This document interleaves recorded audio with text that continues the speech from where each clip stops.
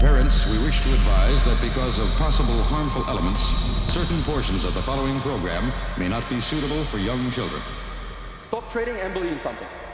Stop trading and believe in something. You have to understand what makes ICP so damn unique and such a promising cryptocurrency. It's basically the Web3 of cloud infrastructure. It basically is the new age of, Web 2 cloud infrastructure is essentially another way to phrase it, okay? The Internet Computer Protocol, or ICP, is a groundbreaking blockchain project aimed at revolutionizing the internet. It envisions a decentralized internet where websites, applications, and entire systems run directly on the ICP blockchain.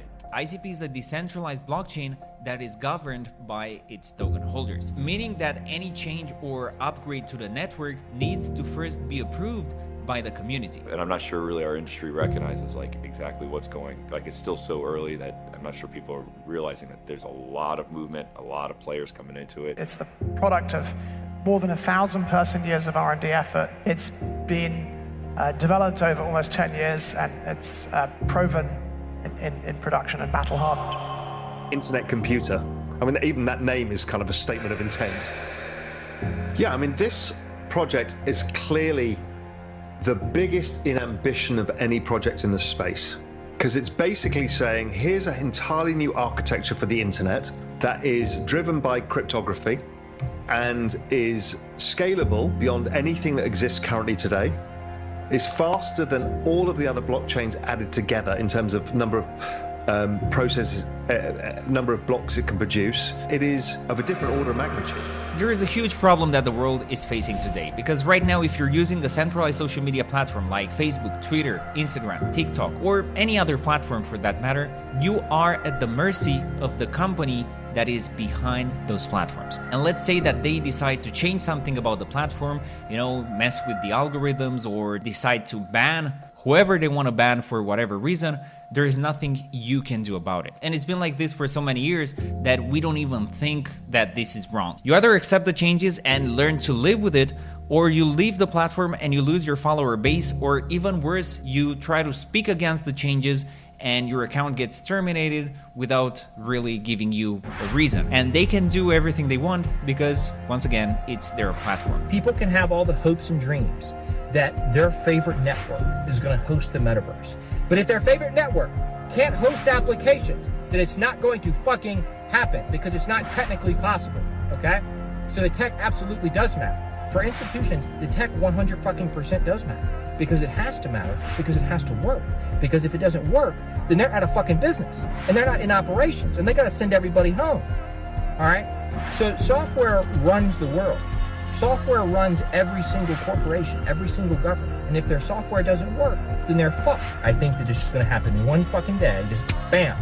And at that point in time, you're either positioned in the right places or you're not. There's some things with Internet Computer Protocol that make it stand out as, to me, the absolute best crypto investment anywhere. The largest research and development team in blockchain, bigger than Ethereum, bigger than anything Bitcoin has going for it, bigger than anything almost any other asset you've heard of has going for it. 1,600 plus employee publications, 250 plus patents, 200 plus team members. A lot of these are PhDs, brilliant computer scientists working behind the scenes to create the world computer. Very few other assets have invested billions of dollars in creating a world computer. That's why the world just has to take note of what is going on behind the scenes in ICP. It's unlike any other asset. We can do much better than this, and I want you to imagine a new era of resilience. This is going to be just as revolutionary as having systems that can't be hacked and never go down.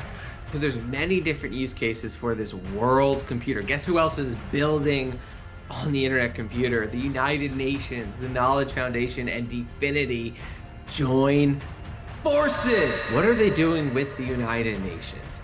The partnership with DFINITY Foundation marks a pivotal moment in our efforts to advance digital inclusion and economic empowerment for micro, small, medium-sized entities in Cambodia. The mission at DFINITY obviously is to have like all software on blockchain. IT is very much broken, right? I mean, like cybercrimes, etc., and this is going to be even worse also because of AI that might accelerate these trends even further. And so that's why we want to have like all software. Look, I think compute is going to be the currency of the future. I think it will be maybe the most precious commodity in the world. And I think we should be investing heavily to make a lot more compute. This seems to me where things are going. Like, we're going to want an amount of compute that's just hard to reason about right now.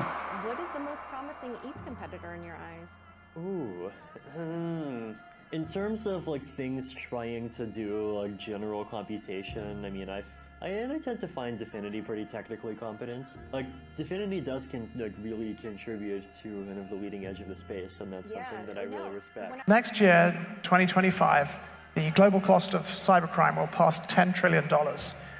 Something like 30% of the GDP of the United States. It's an absolutely extraordinarily costly thing, and is causing, growing societal, economic, and national interest harm.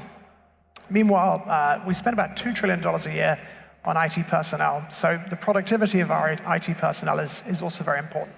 Iran sent a message to the United States, very sophisticated message, and they did that with 2 attacks. First, they attacked Saudi Aramco, the biggest oil company in the world, and wiped out every piece of software, every line of code on 30,000 computer devices.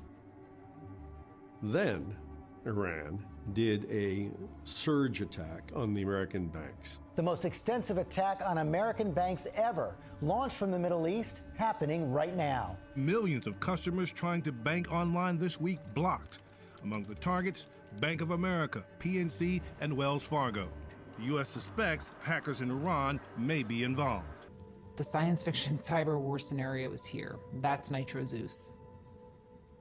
But my concern, and the reason I'm talking, is because when you shut down a country's power grid, it doesn't just pop back up. It's more like Humpty Dumpty. And if all the king's men can't turn the lights back on or filter the water for weeks, then lots of people die. And it must also be impossible that some accident that befalls a data center brings down critical infrastructure like the subway or a hospital or something like that. So these, we think, are very, very important properties that will prove to be game-changing, and we think in the end, blockchain inevitably will become the IT platform of the future.